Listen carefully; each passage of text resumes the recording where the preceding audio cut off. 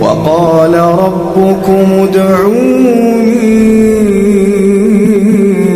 أستجب لكم. السلام علیکم ورحمۃ اللہ وبرکاتہ. الحمد للہ رب العالمین والعاقبۃ للمتقین والصلاة والسلام على اشرف الانبیاء والمرسلین نبینا محمد وعلى آلہ وصحبہ اجمعین. اما بعد، اعوذ باللہ من الشیطان الرجیم. وَإِذَا سَأَلَكَ عِبَادِي عَنِّي فَإِنِّي قَرِيبٌ أُجِيبُ دَعْوَةَ الدَّاعِ إِذَا دَعَانِي فَلْيَسْتَجِيبُوا لِي وَلْيُؤْمِنُوا بِي لَعَلَّهُمْ يَرْشُدُونَ. رب اشرح لي صدري ويسر لي أمري واحلل عقدة من لساني يفقهوا قولي. برادران اسلام، معزز سامعین، پیارے بھائیوں، دوستوں اور ساتھیوں، تقریباً میں نے دعا کے تعلق سے کئی دروس آپ کے سامنے پیش کیے. دعا کی اہمیت، دعا کے آداب، کن وقتوں میں دعا قبول کی جاتی ہے، اسی طرح سے کن کن حالتوں میں دعا قبول کی جاتی ہے. اور آج کے درس میں انشاءاللہ میں ایسے 3 لوگوں کا تذکرہ کروں گا جن کی دعائیں قبول کی جاتی ہیں، یا آپ کہہ سکتے ہیں وہ 3 حالتیں جن حالتوں میں دعائیں قبول کی جاتی ہیں. پہلی حالت ہے مسافر کی، دوسری حالت ہے روزے دار کی، اور تیسری حالت ہے مضطر یعنی پریشان حال کی. میں ان تینوں کا تذکرہ کروں گا. اللہ تبارک و تعالیٰ سے دعا ہے، الہ العالمین تو مجھے اور آپ سب کو کہنے سننے سے کہیں زیادہ اس پہ عمل کرنے کی توفیق عطا فرما. دوستو، یوں تو اللہ تبارک و تعالیٰ ہر حالت میں بندوں کی پکار کو سنتا ہے. اللہ تعالیٰ قرآن مجید میں ارشاد فرماتا ہے، وَإِذَا سَأَلَكَ عِبَادِي عَنِّي فَإِنِّي قَرِيبٌ. اے نبی، اگر میرے بندے میرے بارے میں تجھ سے سوال کریں تو کہہ دو میں اس سے بہت قریب ہوں. وَنَحْنُ أَقْرَبُ إِلَيْهِ مِنْ حَبْلِ الْوَرِيدِ. ہم انسان کے شہ رگ سے بھی زیادہ قریب ہیں. تو اللہ تعالیٰ بندے سے بہت ہی قریب ہے، ان کی ہر بات کو سنتا ہے، سمجھتا ہے، بلکہ بندہ اپنے دل میں جو کچھ سوچتا ہے اللہ اسے بھی جانتا ہے. پھر بھی کچھ ایسے اوقات ہیں، کچھ ایسی حالتیں ہیں جن حالتوں میں دعا کے قبول ہونے کا زیادہ امکان رہتا ہے. نمبر 1، سفر کی حالت. اگر کوئی حالت سفر میں ہے اور اس وقت میں انسان جو دعا کرے گا وہ دعا ضرور قبول کی جائے گی. پیارے نبی محمد رسول اللہ صلی اللہ علیہ وسلم کا ارشاد گرامی ہے، 3 دعوات مستجابات، کہ 3 قسم کی دعائیں ایسی ہیں جو قبول کی جاتی ہیں، رد نہیں ہوتی. اس میں سے کون ہے؟ ودعوت المسافر، مسافر کی دعا. کیوں؟ کیونکہ سفر ایک عذاب ہے، ایک پریشانی ہے. اگر آج آپ فلائٹ میں سفر کریں اس میں بھی پریشانی ہے، اپنی گاڑی میں سفر کریں اس میں بھی پریشانی ہے. اسی لیے حدیث میں سفر کو قطعۃ من العذاب، عذاب کا ٹکڑا کہا گیا ہے. اسی پریشانی کے پیش نظر اسلام نے حالت سفر میں روزہ کے لیے رخصت دی ہے کہ اگر چاہو تو رکھو، چاہو تو نہ رکھو. اگر نہیں رکھو گے تو بعد میں قضا کر لینا، تم پر کوئی گناہ نہیں. اسی سفر کی پریشانی کے پیش نظر سفر کی حالت میں 2 نمازوں کو ایک ساتھ جمع کر کے پڑھنے کا حکم دیا گیا ہے. اور جو نمازیں 4 رکعت ہیں اس کے لیے 2 معاف کر کے صرف 2 رکعت پڑھنا کافی قرار دیا گیا ہے، اور سنت مؤکدہ معاف کر دیا گیا ہے سفر کی پریشانی کی وجہ سے. اس لیے دوستو، اگر کوئی انسان سفر کی حالت میں ہے، انسان سفر میں پریشان ہوتا ہے، نہ کھانے کا ٹھکانہ، نہ سونے کا ٹھکانہ، نہ بیٹھنے کا ٹھکانہ، انسان پریشان ہوتا ہے. اس لیے اس پریشانی کے عالم میں اگر کوئی انسان اپنے اس وقت کا چاہے تو اچھا استعمال کر سکتا ہے. اپنی کرسی پہ بیٹھے ہوئے، جہاز میں بیٹھے ہوئے، گاڑی میں بیٹھے ہوئے، ٹرین میں بیٹھے ہوئے سبحان اللہ، الحمدللہ، اللہ اکبر، استغفر اللہ، لا حول ولا قوت الا باللہ. اگر قرآن شریف کی صورت یاد ہے تو اسے پڑھ سکتا ہے، بار بار دہرا سکتا ہے. اللہ تعالیٰ سے دعائیں کر، یا رب یا رب یا رب. آپ آسمان میں ہاتھوں کو اٹھائیے اور اللہ تعالیٰ سے دعائیں مانگیں، کیونکہ سفر کی حالت میں آپ کی زبان سے جو دعا نکلے گی وہ ضرور قبول کی جائے گی انشاءاللہ. تو نمبر 1، سفر کی حالت میں جو دعا کی جاتی ہے وہ قبول کی جاتی، وہ مردود نہیں ہوتی۔ نمبر 2، روزے کی حالت میں آپ جو دعا کریں گے وہ دعا بھی قبول کی جاتی ہے، اور یہ حدیث بھی ترمذی شریف میں ہے اور اسے بھی شیخ البانی نے صحیح قرار دیا ہے۔ آپ فرماتے ہیں رسول اللہ صلی اللہ علیہ وسلم کا فرمان ہے ثلاثۃ لا ترد دعوتهم، کہ 3 طرح کے ایسے لوگ ہیں جن کی دعا مردود نہیں ہوتی۔ اس میں سے کون ہے؟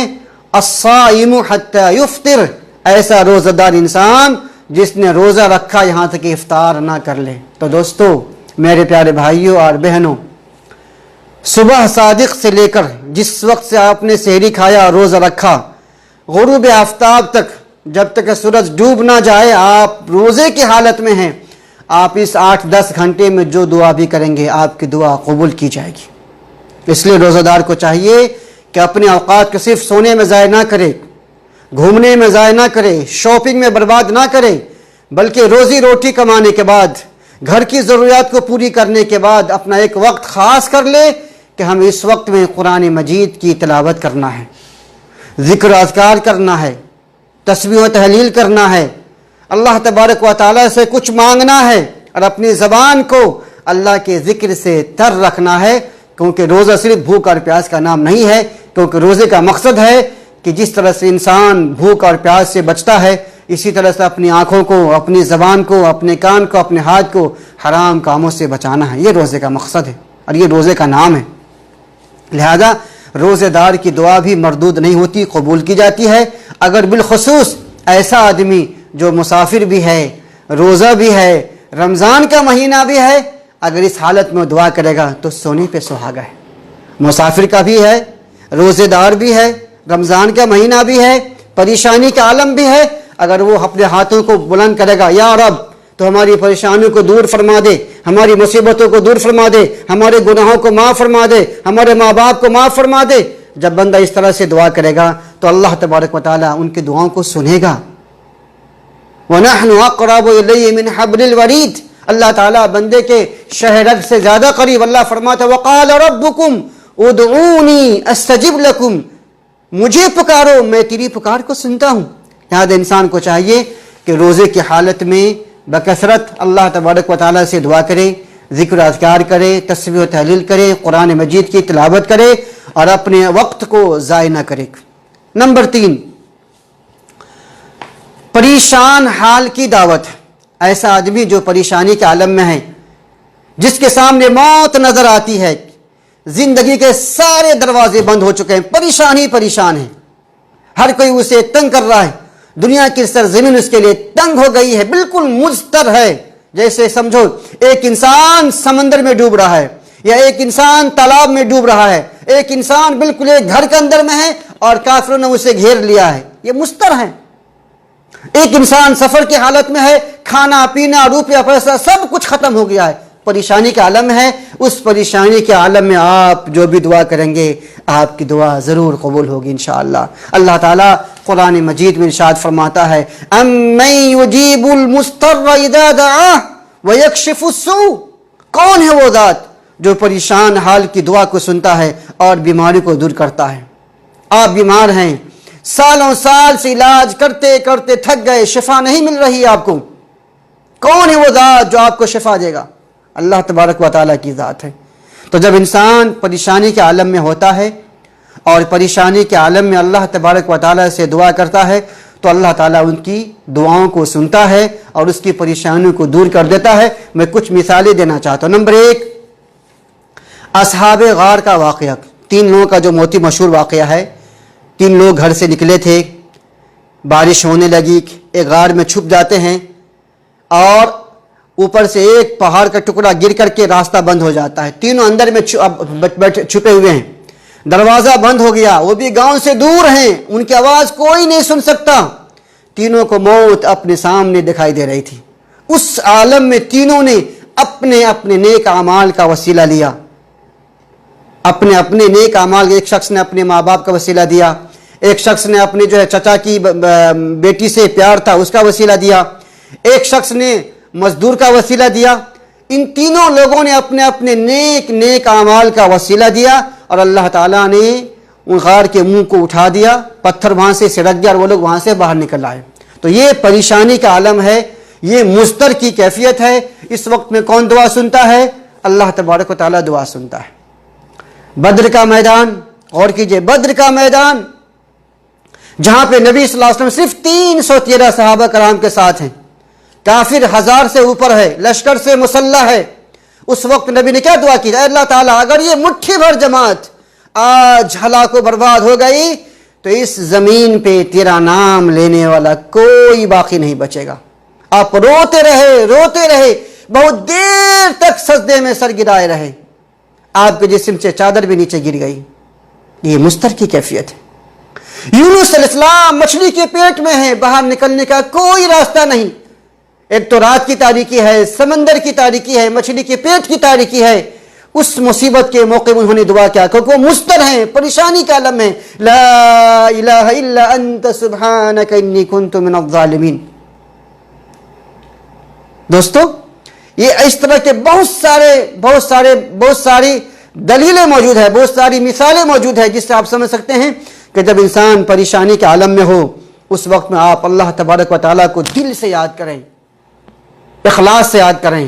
اللہ تعالیٰ آپ کی بات کو سنے گا. آپ ہی نہیں، یہاں تک کہ مشرکین مکہ جو اللہ تعالیٰ کو رب تو مانتے تھے لیکن الہ نہیں مانتے تھے، اللہ تعالیٰ کے ساتھ شرک کرتے تھے، جب یہ لوگ سمندروں میں پھنس جاتے تھے، بھنور میں پھنس جاتے تھے، اس وقت میں اپنے معبود کو، مورتیوں کو پھینک دیتے تھے اور اللہ سے دعا کرتے تھے، اللہ تعالیٰ ہم تیری عبادت کرتے ہیں، تو ہی میرا مالک ہے، تو ہی ہمارا خالق ہے، تو ہی ہمارا رازق ہے، ہمیں یہاں سے نجات دے دے، ہم تجھ پر ایمان لے آئیں گے.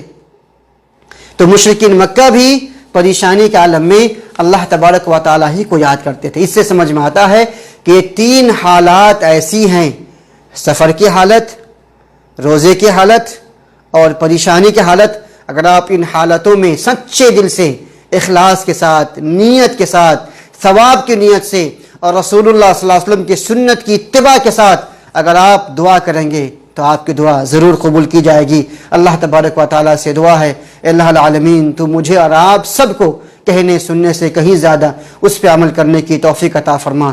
آمین. وآخر دعوانا ان الحمد للہ رب العالمین. والسلام علیکم ورحمۃ اللہ وبرکاتہ. ہمارے بہت سارے دوست ساتھی آن لائن، اللہ تعالیٰ سب کو جزائے خیر دے اور مزید نیک اعمال کرنے کی توفیق عطا فرما. آپ سب سے گزارش ہے کہ جس طرح سے آپ ویڈیو کو دیکھتے اور سنتے ہیں، براہ کرم دیکھنے کے بعد اسے شیئر کریں تاکہ آپ کے ایک شیئر سے یہ ویڈیو، قرآن و حدیث کا یہ پیغام دنیا کے کونے کونے تک پہنچے گا اور لوگ اپنے دین کی، اپنے عقیدے کی، اپنے ایمان کی، اپنی نماز کی، اپنے روزے کی، اپنے زکوٰۃ کی اصلاح کریں گے اور آپ سب کو ثواب ملے گا کیونکہ ہم سب محتاج ہیں ثواب کے. آج زندگی ہے، کب آنکھ بند ہو جائے کوئی نہیں جانتا. جب ہم مر جائیں گے، جب موت آ جائے گی تو آج جو ہم نیکیاں کریں گے یہی نیکیاں قیامت کے دن کام آئے گی. اللہ تعالی ہمیں کہنے سے زیادہ عمل کرنے کی توفیق عطا فرما. آمین. والسلام علیکم ورحمۃ اللہ وبرکاتہ.